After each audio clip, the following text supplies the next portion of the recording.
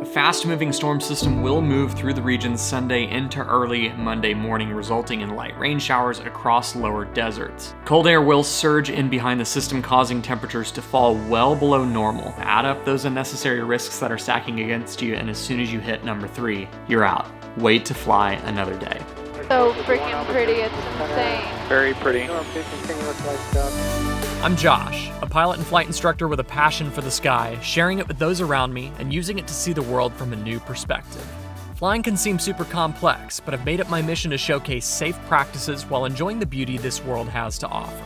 Subscribe to climb into the cockpit on future adventures. This is Aviation 101. 80991, Addison Ground, clear to Hotel Yankee India Airport. Via on departure, fly runway heading 66, radar back there. We're back in San Marcos, Texas, getting ready to begin yet another 3-week trip into the American Southwest. We'll be flying 80991 around the central coast of California while her Cessna 150 gets finished up with the restoration of a lifetime. Give her a follow on Instagram and TikTok for updates on all of that. We're 48 hours from departure, and there's an engine issue we need to solve before this trip begins. A little bit of roughness in the engine that only lasts a second, 2 seconds max as we are reducing power. It's never happened with my dad and I both in the airplane. He's experienced it solo, and I experienced it solo.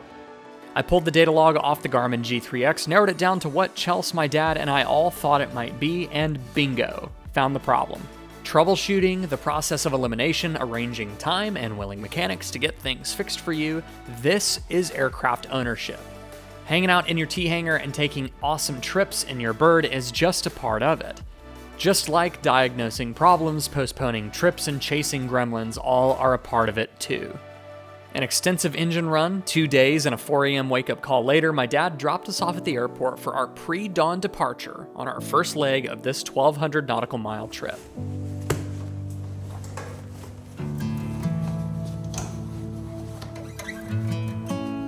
Our overall route looks like this, but today we're only planning to get to Chandler, Arizona.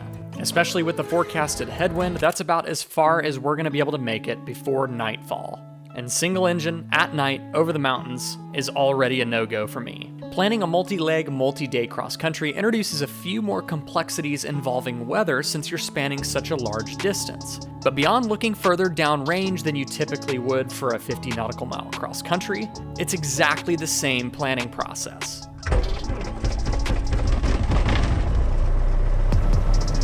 November 80991 is equipped with standard fuel tanks, so 38 gallons of usable fuel is what we have. I conservatively plan for burning 8 gallons per hour on average, and I always plan to land with at least 1 hour of cruise fuel remaining. First, I pop a line from departure to the final destination airport for the day.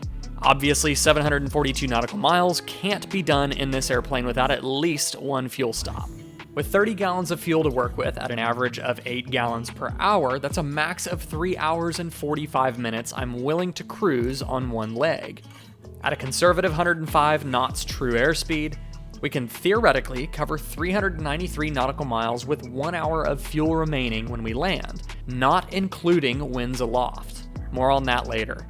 I'll turn on the fuel filter to show me 100 low lead prices per gallon, and I'll measure from the departure airport to about 393 nautical miles. I'll zoom into that area and see what airport has a decent fuel price with fuel available, appropriate runway lengths, and no show-stopping NOTAMs like, quote, fuel unavailable. I've learned how necessary that last step is the hard way. That puts our first leg landing around Del City. Elevation isn't bad for this airplane, 4,700 foot runway length, but no guaranteed fuel. You can also tell that right off the bat because there are no tick marks coming out of the airport symbol. Refer to the VFR chart legend for that. We obviously can't go further down range because that will cut into our reserves, plus we're forecasted to have a brutal headwind on this leg, so a shorter leg length isn't a bad idea. So we'll walk it back to the next best option. I've stopped here before. Nice fuel pumps, nice FBO, small town hospitality, and no NOTAMs. After verifying our direct route doesn't go through any airspace we shouldn't and pulling a weather briefing, we have our first stop, Pecos, Texas. San Marcos traffic, Skyhawk 80991 is departing runway 08. We're going to be a left downwind departure, VFR to the west, San Marcos. All right, on runway 8, here we go. There's 50. 55. Rotate.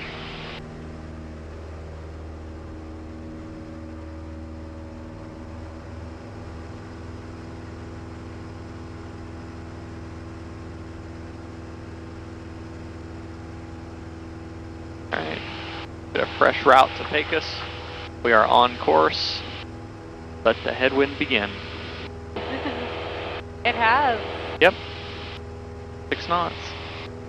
Time 1300 Zulu, Summer Stars, resuming airport traffic control services, information echo current, altimeter 2997, wind 340 at 4. San Marcos Tower, Skyhawk 80991, 2400 downwind departure to the west. 90991, thank you. And we are just going to go to 4,500 on this flight. Alright, CHTs are coming down right at 400 on the hottest, which is number 3, the one we just repaired. But that's normal. 22 knots in the face. Alright.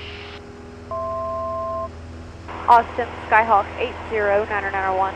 Skyhawk 80991, Austin approach. Approach, good morning. We're looking to pick up some VFR flight following. We're Cessna 172, 4,500, about 7 miles northwest of San Marcos. Destination is Papa Echo, Quebec, Pecos. Center 1, Squawk 2460. 246. Winter time flying, we're all bundled up and the heat sure feels nice, but I would be really, really nervous to do it without a CO detector. Yeah. Scott 991, radar contact 4 miles west of San Marcos, altimeter 4,500, altimeter 996, heat contact send time approach 127.1, so 27-1, good day. Right heading 040 and when able direct turn, Delta 1615. Approach Skyhawk 80991, 4,500. Skyhawk 80991, San Antonio approach, hello, San Antonio altimeter 2996. 2996. We're on our way, and as expected, we have almost a 30-knot headwind, and that's not even the worst we'll see today. The Garmin G3X gives us a real-time, accurate measurement of the wind's direction and speed anytime we're flying.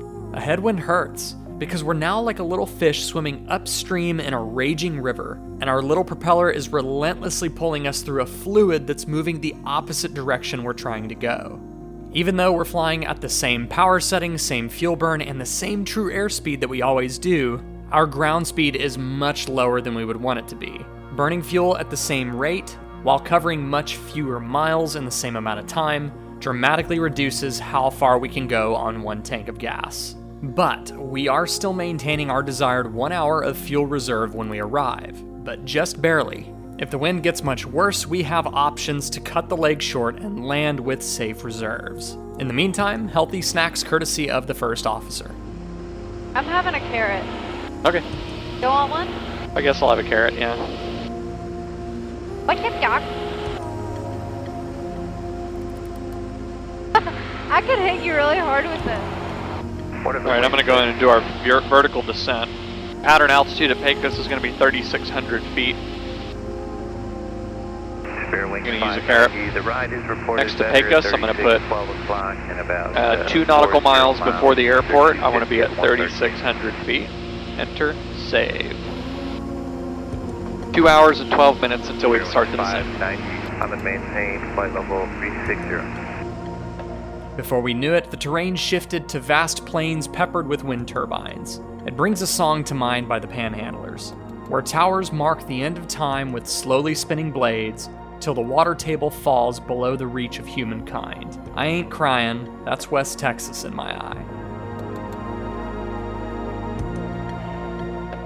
I must have put some cheap batteries in my audio recorder because it usually lasts for many flights, but it died on this leg and I of course didn't distract myself with checking it until we were on the ground at Pecos.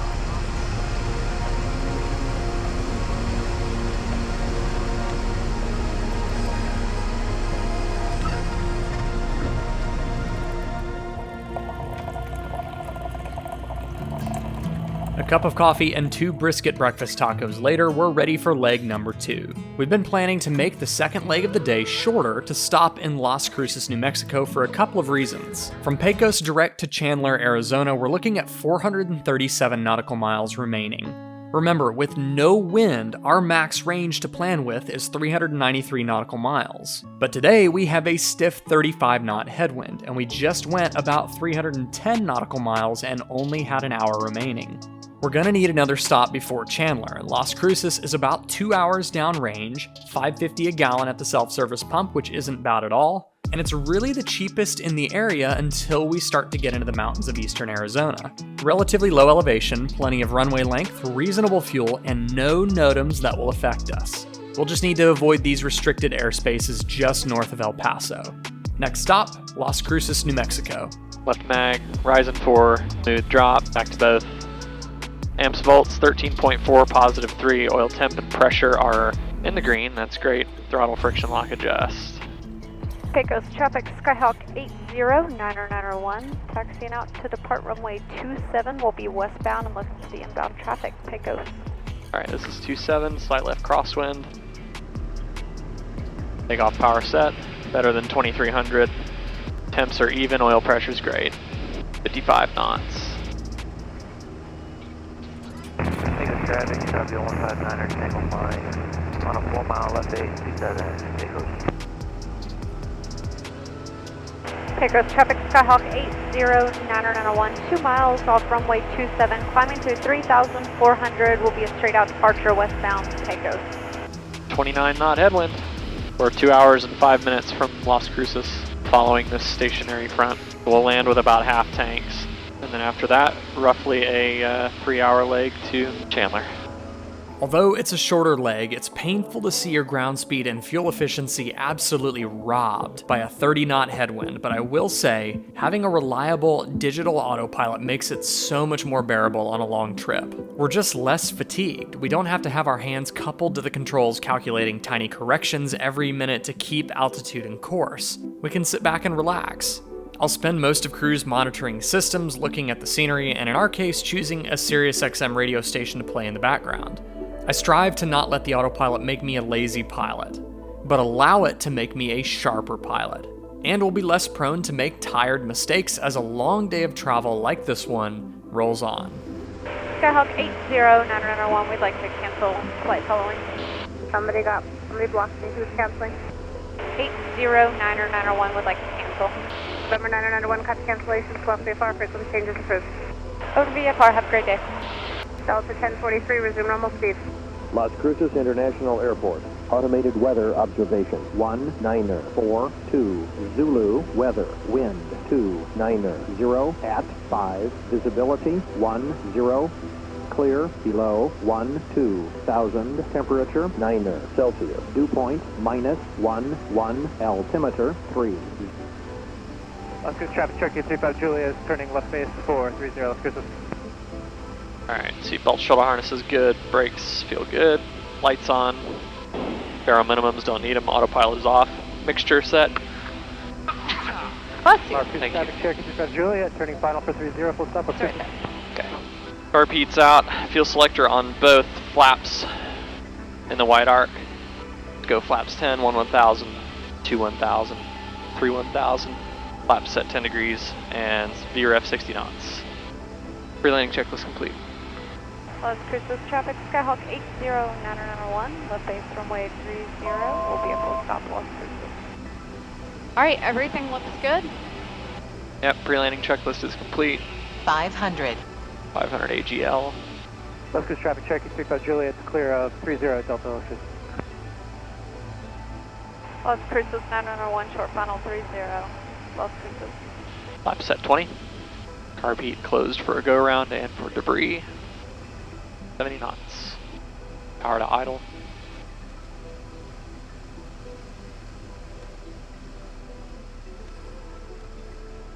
Little balloon. Hold it off, hold it off, hold it off. Nice! That was lucky. You did good. All right, we landed in Las Cruces, New Mexico, and just got gas right here at this self-serve fuel farm, 24/7, open all the time, and it belongs to Frost Flight School, which we just found out is a husband and wife couple that started the place, decided to buy their own fuel farm to at least make it cheaper for their students to fly. And it's the cheapest fuel, like within at least 50 miles, I'd venture to say 100 nautical miles. That's exactly why we stopped here, so. And it's a nice airport. Very nice airport, so It's good to really know. Check in the lobby, check out their coffee.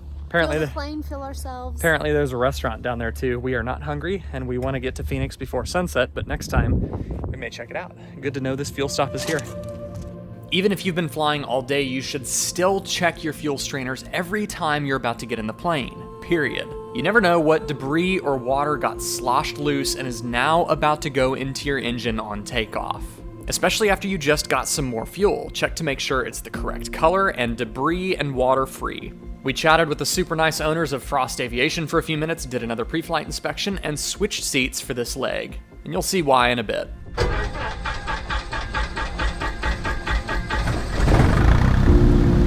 Alright, flap set 0 degrees.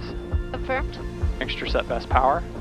Just like checking the fuel strainers every single time you fly, you should be doing a full pre-takeoff checklist, including a magneto check before every single takeoff, not just the first flight of the day. I've had a magneto fail in flight on me before in an airplane with a constant speed propeller. I didn't notice a power change, and had I not done a mag check at my fuel stop, I would have continued that trip with only one working magneto. And come to find out later, that one was on its last leg too. Run your checklists on every flight. This leg is going to take us over some beautiful terrain, and we can't cruise any lower than 8,500 feet on this one, which puts us right into the stiff headwind yet again. 245 nautical miles to go and plenty of fuel to get there. Next stop, Chandler, Arizona.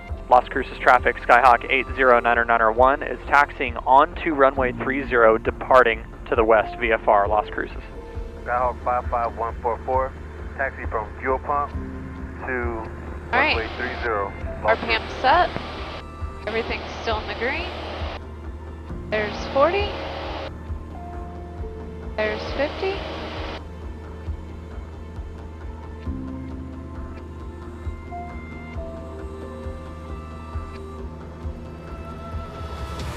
Okay, KL 456 is Victor, flight level 210, morning. Quebec 456 Victor, Outreach Center, good morning. This is the fast pressure, maintain 13,000. I would suggest starting down earlier than you can. Continuous light, moderate turbulence through the 20s today. It's Chelsea's turn to fly, and my turn to eat. Well, and nap. The terrain gets pretty high on this leg, and especially with winds as strong as they are today and coming from the direction that they are, we can expect heavy downdrafts as we approach each mountain range along our route. Check out Chapter 12 of the Pilot's Handbook of Aeronautical Knowledge for more on that. Link is in the description. Luckily, the mountain waves weren't very bad today, but in the next day of flying after we get past Phoenix, they'll be some of the worst I have ever experienced. I know. There was a stall horn. Airspeed, airspeed. This is terrible. Yes, it is. I was out for about 30 minutes, and with my coat on and the shoulder straps acting like a sling for my head, it was actually pretty comfortable. But I woke up just in time for the prettiest views of the day.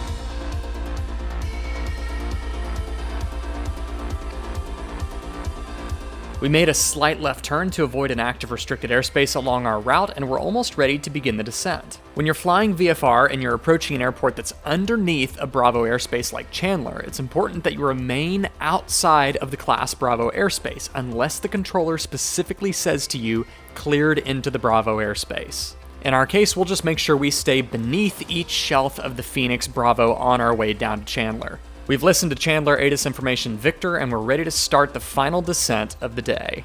And he did not say cleared into the Bravo, as expected. Phoenix approach, Skyhawk 809901, starting the VFR descent. 991, Roger. Alright, descent checklist, seat tracks and backs, upright and locked. I'm where I want to be. Fuel selector on both. Confirmed. RP, you just checked it. We've got information Victor, altimeter 3005. Instruments calibrated and cross-check, altitude target set and verified. Barrel minimums, we don't need them, and mixture enriching as required. Descent checklist complete. Aero Sun 111, clear direct stand, field, resume navigation. Alright, coming down through 6.4, and we're already below the next shelf. We're about to be below the last shelf that we need to worry about. 90901, traffic 1 o'clock, 1 mile southwestbound, that indicates 5,000. 80991 has that traffic in sight, passing off our right wing now. Number 90901, roger, radar service terminated, squawk VFR, frequency change approved. Squawk VFR over to tower, 90901, thanks. That was a little close. Jeez. Chandler Tower, Skyhawk, November 80991, inbound from the southeast with Victor, full stop. Okay, 80991, Chandler Tower, make left traffic, runway 22 left. Left traffic, 22 left, 80991. Yeah, I think I see the end of the runways with taxiways. Tower, Skyhawk, 80991. We have the field in sight. Would you like us to set up for a downwind or a base? 90901, you can proceed direct left base, runway 22 left. Left base, 22 left, 80991. Pre-landing? Seatbelt, shoulder harnesses. Yep. Brakes, pedal test. Yep. Lights are on. Yep. Barrel minimums, don't need it. Autopilot. Takeoff. Mixture set best power. Charlie, 22 right, clear for takeoff, straight Yes. Car beats on. Yes. Fuel selector is on both. Lima, hold short, runway 22 Flaps, right. you're getting down to the wide arc. And VREF is 60 knots over the fence-ish. Whatever you want. Cessna 90901, runway 22 left, clear to land. 22 left, clear to land, 80991. Chandler Tower, Archer 21605, holding short of 22 right at November, ready for departure. Archer 21605, Chandler Tower, runway 22 right, line up and wait, traffic crosses the runway midfield.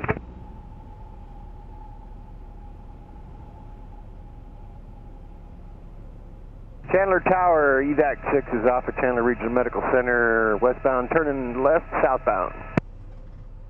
Evac 6, Chandler Tower, transition approved, channel number 3005. Butter. Look at this plane. 3005. Yeah. Oh, I thought it was coming this way.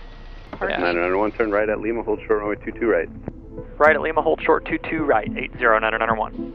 We taxied to the self-serve pump to fill up the tanks, and Caleb came running out to say hey, so we chatted for a few minutes. He's been watching the channel for several years, and he said the videos played a big role in inspiring him to pursue aviation. It was awesome to meet him, and I really appreciated hearing that. And I like the t-shirt too.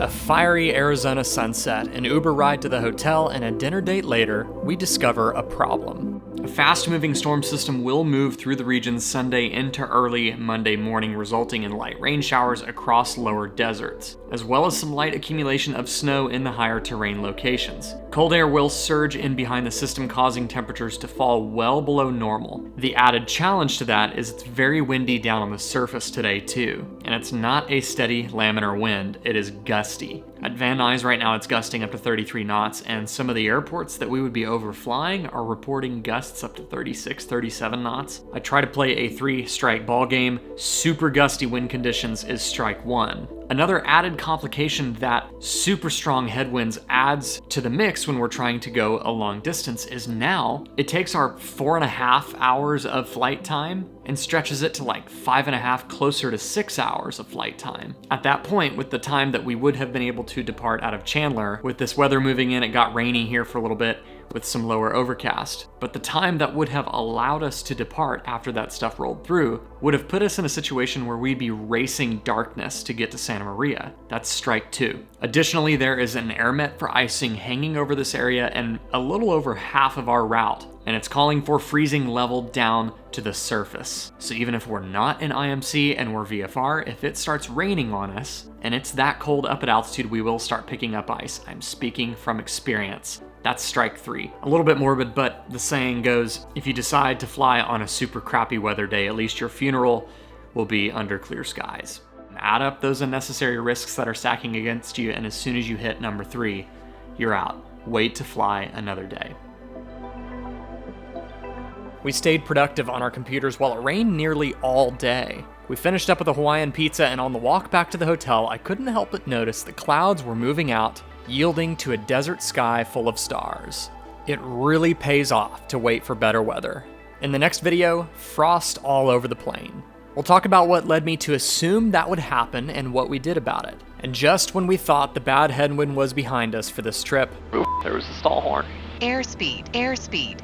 we'll get caught in some of the worst mountain wave I've experienced and come up with a plan of action to stay away from this invisible pilot killer. I'll admittedly get a little bit nauseous in the turbulence before we drop into one of the busiest airports on the West Coast, Van Nuys, California.